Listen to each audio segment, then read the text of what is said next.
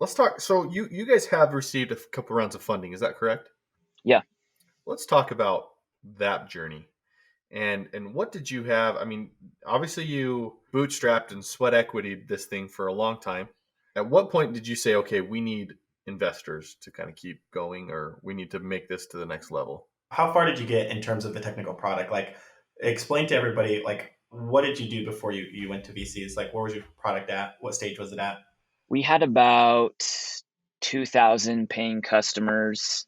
Our product honestly wasn't anything technically that special, but I think where we were having success was like just on the variety of gyms that we had available on the platform, which for us is the big value, right? It's not necessarily the tech; it's like who's using it, what partners do we have. I'd have to go back and look at exact numbers, but I think we were around like 100 fitness partners on the app, and we had 2,000 customers. We were doing about, I want to say we were at like 50,000 in MRR. So, we had a pretty well-developed business at that point.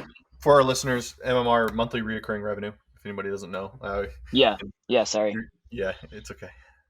You're being one of those guys where, when I go in, I don't understand what anybody's saying. That's totally where I'm at now. That's every day of my job. I talk with a developer, usually Austin and stuff. But no, yeah. So you guys, and here's my point is like, you didn't just come to investors with an idea, right? You guys had 2,000 customers, 100 partnerships, and you guys were making $150,000 every month in monthly recurring revenue, which opened up that path. How much money did you invest in your own money to get to that point? Yeah, I put about 30 or 40,000 into the business to get the product. Yeah, but it wasn't all. It wasn't like one big outlay. It was like, okay, once we hit certain milestones, I was like, I think this is going to work. So I kept investing more. And this was just with one developer, right? Yeah, it was a grind. So I think for us, like, we said, okay, this is working. We're tired of living off of Top Ramen. And our wives are also tired of living off of Top Ramen. So let's go get some outside investment and let's formalize this thing. Let's make it so that we can pay ourselves and have not be just killing ourselves over this thing and actually make it go. So that was the decision process for us. Well, and I think that people just need to understand, like, you guys had tangible things at this point. You guys have validated, you guys have made a product and it was successful. People think they can just go to investors with a pitch deck and get $200,000. Like, you can't, unless you've already like done it, you can't. Yeah. If this is your first time as a founder, good luck raising on an idea. And you're going to spend way more time trying to get money from people than you are building the product. And that's, in my opinion, that's dumb. Go build something that people want, and then you can go raise money. I think the other problem is like, you see all the success stories, right? Like I do this still. You're like, how did this company just raise 50 million on this stupid product? Like, I can easily go do that. And we make this mistake of being like I had a ride sharing idea that before Uber. And I actually like have the design. I have the receipts to prove it. I have like the designs and stuff for this app. But there's a million companies that could have built an Uber app, but Uber built Uber because they were really, really good at operating and executing. And so it really does come down to like execution. It's not just the technology stack. It's not the app that you build. It's your ability to execute, and that gets lost so much. And that's what really, like, you have to be able to prove that to an investor. This is why we're going to win. This is why we're excellent operators and can execute on this vision. And that's ultimate. Like, if you have data to prove that, then you're way, way ahead of everyone else. And I think the important thing to take out of what you just said too is the we portion. Most people, I think when they're starting, think they can go do this and it's just them. Right. But nobody invests, and I shouldn't say nobody, but most of the time people aren't going to invest in just one person. You might be able to go and get, a couple rounds of angel investment with just you, but you're going to have to build a team at one point. And when you're really looking to go to the next level and actually talk to VCs, you've got to have a great team and you've got to have a proven track record and you've got to have shown that you all can execute together and work well together. Yeah. So yeah, absolutely. I mean, raising VC money is not easy, and it's a huge milestone when you do raise venture back money. It's huge. So that's why it's celebrated so heavily in the tech world, right? Yeah, I mean, it how is. many Yeah. times do you see a new company just gets a new round of VC and everybody's just pumped for them because it's not an easy task. When you're going through that and the kind of you talked about the things that are lost, anything that you would have done differently when in that whole process? I mean, obviously there's probably and I think failures. People love to hear the failure stories because dude, this guy still did it. But what would you have done a little bit different in that whole getting money, eating ramen, Yeah. Man, there's so many things, honestly. You just learn, your first rodeo, you learn so much. I actually published a Medium post on this if you guys want to go check it out. But there's a few things that I would say you have to learn early on. I remember some of the best advice I've gotten as an entrepreneur is I sat down with the CEO of Landesk, that's now Avanti. They do an enormous amount of sales, one of the biggest tech companies in Utah, but it's just really boring software. But he took me out to lunch and I was just kind of telling him how it was going, and he just sat and listened. And then he said, Aaron, you are on a really, really fun, but a extremely difficult journey. And there's days where you're going to be on the highest of highs, and then an hour later you're going to be the lowest of lows. That's the volatility as a founder is crazy. And he said, the only advice I'm going to give you is just keep going. The companies that win are the ones that can persevere and push through the difficult times and then come out on the other side alive. It's the cockroach strategy. It's never die. And so I think that's my number one advice is just don't die. Keep going, keep pushing. You're gonna have terrible days. It happens, but just keep at it. The other two pieces of advice I would give is if you are fundraising, then be fundraising. I made the mistake early on of kind of stretching out my fundraising process, and I would take a VC meeting every couple of weeks or something. Don't do that. If you're going to go raise money, then focus on going and raising money and put all of your effort behind that. Otherwise you're just not going to be successful. And then my last piece of advice is be very careful and thoughtful about who you choose on your founding team, because it's a marriage. I mean, there's no other way to put it. You're with these people more than I'm with my spouse, right? And you're going through this really emotional journey together. And if you don't have a great relationship with those people and you're not investing in those relationships, it's not going to work. And that's in my experience what destroys teams faster than anything is just bad chemistry and founder issues. So let's kind of jump into the emotional portion of it, because I know that you guys made a huge pivot recently, especially with COVID. When did you realize that it was time to pivot, and how did you go about executing it? Because it's one thing to notice that you need to pivot, but again, like we mentioned earlier, it's the execution that's always the hardest portion. And I think that's you probably have a really interesting story there. When COVID hit, the next week our revenue had dropped 80%, monthly recurring revenue. So did you say 80? 80, yeah, 80, yeah. Hey, let's go back to that thing about don't die. Yeah. At that point, death was imminent. We kind of looked, and so we're okay, we've got this is when we turn into a cockroach, and we don't know what's going to happen with this pandemic. We think it's going to have huge effects, but we don't know what they are. And so we had to lay off a couple people. That was the hardest week of my life. We kind of rallied the team together. We said, look, guys, we're not quite sure what we need to build yet, but right now we're going to optimize for learning. We're going to learn as much as we can about what's happening, what's going on. We're going to try as many things as we can.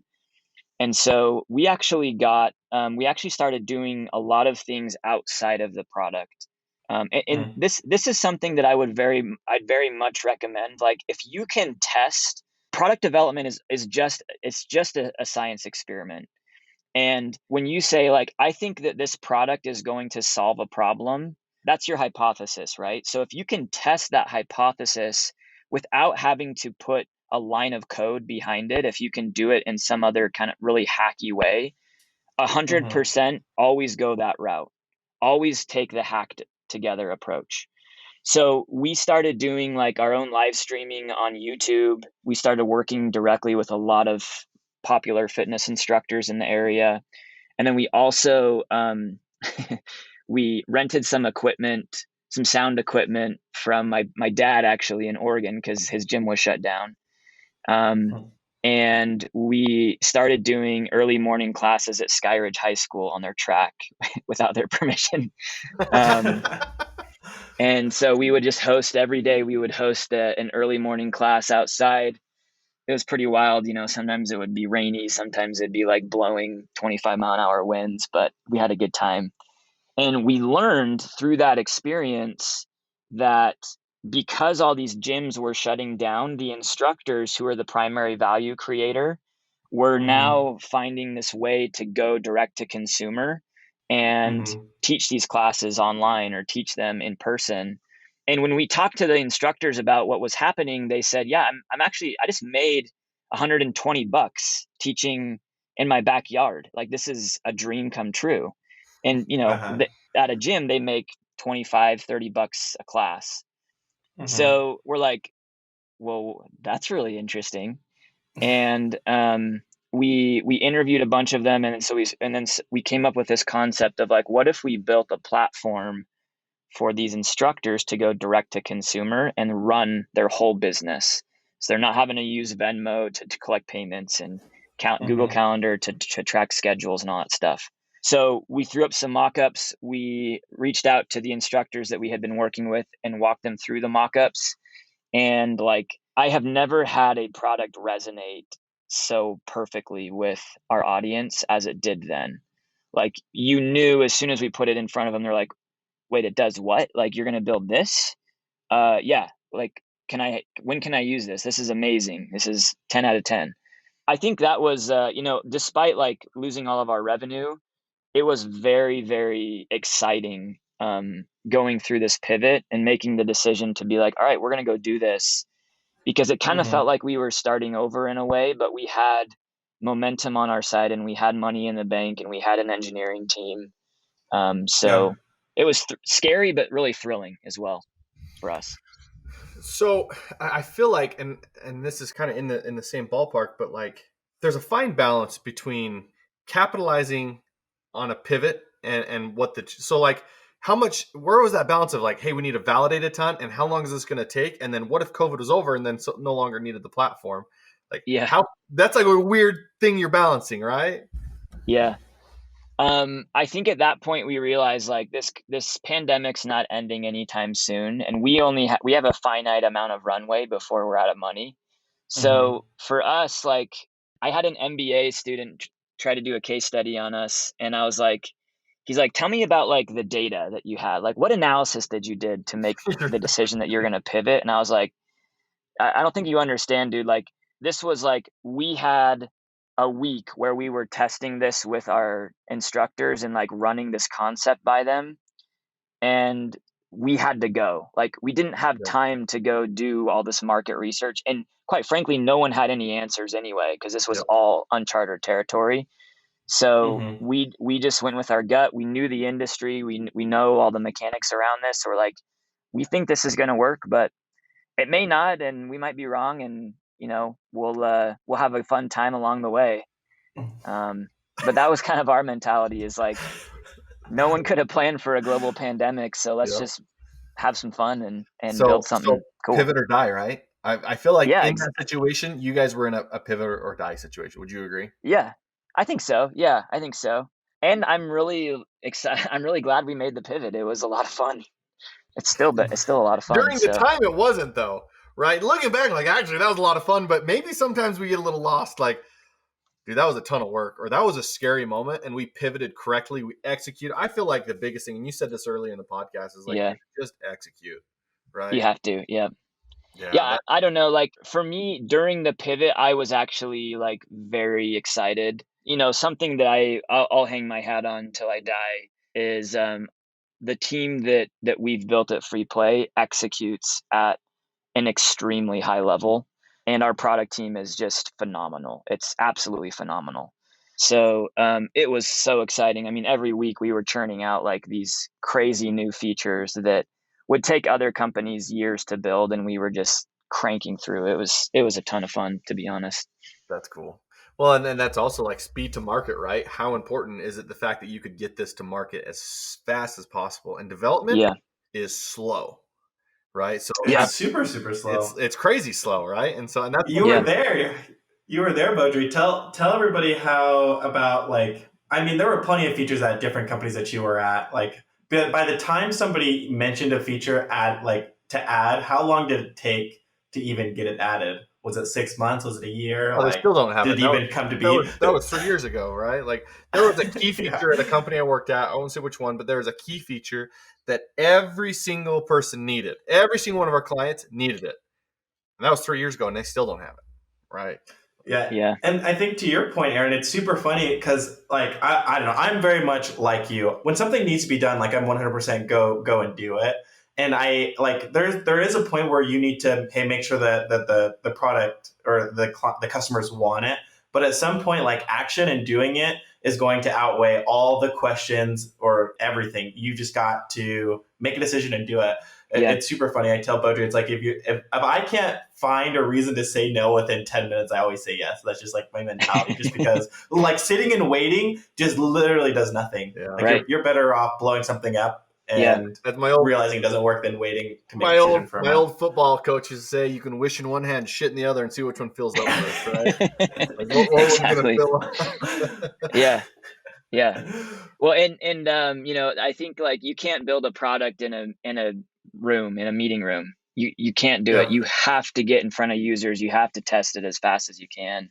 And that brings up a really good point, which is I've seen a lot of companies make this mistake of like, all right, we're ready to go. We're going to hire a huge team of developers and we're going to like put as much firepower as we can around this.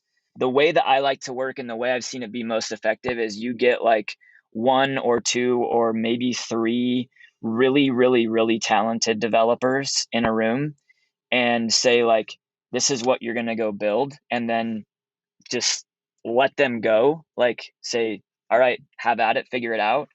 That works so much better than having to manage a full-on development team and keep everybody aligned and in sync. And it's why, I worked at these bigger companies. It's why I think a lot of these features took so long to build is just because like you're spending most of your time managing, like herding cats and, managing the developers and not letting them just do what they do best. Yep. Which there's less red tape, right? They have to get through. They don't have to get through approvals. They don't have to. They just do it. Go and get it done. Exactly. It's minimize the red tape, get out of the way, let them go, and you'll be very pleasantly surprised at how fast and how good they can develop in those environments. And it's super funny that you mentioned that because that's literally one of our biggest value props at our company is to tell people like all you've got to do is give us the direction. We meet with you once a week and we're just going to build. We have our defined set of technologies that we're super comfortable with. And it's like, if you can come to us with just that, like that's all we need. Like we'll drive the direction, we'll drive everything else. And you keep doing as a founder, like what you're good at, or your team just keeps working on the existing product and we'll go and take care of everything else. And when you have the team, and that's if you don't have the team that can execute. So when you've already gone like above and beyond as, an owner of this company and hired an amazingly talented team to go do that in-house, that's awesome. And I want to talk about that just for a little bit. What are some key characteristics that you look for personally in each and every one of your developers? Because it's not every developer is that way. You can't just give a big amount of developers a problem and have them just solve it. You've got to ask a couple specific questions. I put a lot of weight on what they do not at work. Specifically, like I ask them, tell me about something that you've made that you're proud of that's not work related. There are developers that are obsessed with building products and making things. And those are the guys that are like, they're working over the weekend to build some stupid open source platform that, is directed in a hobby that they're passionate about or something. But those are the people that you want on your team. And so if I ask them and they say, yeah, I actually built this app on my own time, it's in the App Store. I've talked to developers that have like done this and it's like a top 10 app in the App Store. They're just like, yeah, I just built that like in a couple weeks and it does this thing. It's kind of cool. And you're like, dude, where did you come from? Like this, it's crazy. But those are the kind of people that we want on our team, is people that own, that feel a huge sense of ownership over what they're making. Yeah. Aaron, I want us to like jump in a time machine right now, go back to Aaron at Domo, who's had that muffin top, and he looked at himself and thought, oh man, I got to lose this. Yeah. What would you tell him? What would I tell that guy? That's a deep question, by the way. And be like, first off, you're right. That muffin top is there. It's not. Yeah. What would you tell you at the beginning? I think about this a lot. Like, if I knew how hard it would be to get to where we are today, would I still do it? I don't know if I have a good answer to that, to be honest. It's okay. Because it is really freaking hard. And I think I would just tell that person, like, dude, what you're getting into, it's going to challenge you in ways that you've never been challenged before. And there's going to be days where, like, you think you're ready to throw in the towel and quit, but just keep going. Like, dig deep, keep going, persevere. And the thing that's challenging is I don't know what the end of this journey looks like. You're still in it. It could, I'm still in it. And as I talk to a lot of founders, that's like the biggest point of stress for them, is it's like, I'm going through this with this anticipation that I'm going to have this incredible outcome, right? I'm going to sell my company, I'm going to buy my own island, and people will never see me at work again. But you don't know if that's going to happen or not, and if the energy and the effort and the stress that comes along with starting your own business is going to be worth the payout at the end. But that's what I would tell them, is just keep going and dig deep, brother. And I think that is the best piece of advice that you can honestly give anybody listening to the show. Is what you're getting into is seriously not easy. And this is true for any business, but especially if you have no idea, what tech is, and you've never worked with an engineer, like, you better be ready for some really low lows, but also hopefully some extremely awesome highs as well. Yeah. So, and you're going to have a hella good stories with it. So, yeah. So Aaron's going to release his book in 10 years. I already called the first dibs on it. So, I call first pass reader. Yep. I want to dibs on that. I do have a little project stewing in my head right now. It hasn't come to fruition, but it's going to be called Founders Anonymous, and it's going to be all of the behind the scenes things that happen in the life of a founder, and all the crazy stories that you never hear. And it's going to be a great read. So how dare you tease our listeners like that? How dare you? Yeah. So follow me on Twitter for updates. Yep. Aaron Mitchie is my handle. Follow me on Twitter. Yep. I'll tell you when it's coming. Well, let's see. How do people find you? First off, I want to follow up on that blog, that Medium post that you had. How do people find that? Yep. If you just want to post the link to the message here below, we'll put that in our show notes. We'll put it in our shout outs. Yeah. If you haven't went and looked at FreePlay, that app it's unreal. Austin's been using it. I mean, I have so many friends use it. Aaron, if you ever get to golf courses, I will spend what's my accountants call an unhealthy amount of money at it. And what states are you available in? Well, so right now all of the venues are available in Utah only. With COVID, we pivoted into this instructor platform that's both virtual and in person. And so the instructors are from everywhere, all over, and you can take those classes for free from anywhere as well. So definitely go check us out. Sweet. Yeah. Twitter handle, LinkedIn. Probably go follow you on LinkedIn. Yeah, follow me on Twitter. Add me on LinkedIn. I love to connect with other founders, other people that are working on cool things. And if you have a product that you're building that you need another set of eyeballs or you need some advice, that's what I love doing. I love looking at products. I love talking to other founders and sharing stories. And so definitely connect with me that way. Cool. Awesome. Thanks, Aaron. We super appreciate it. This was a fire episode.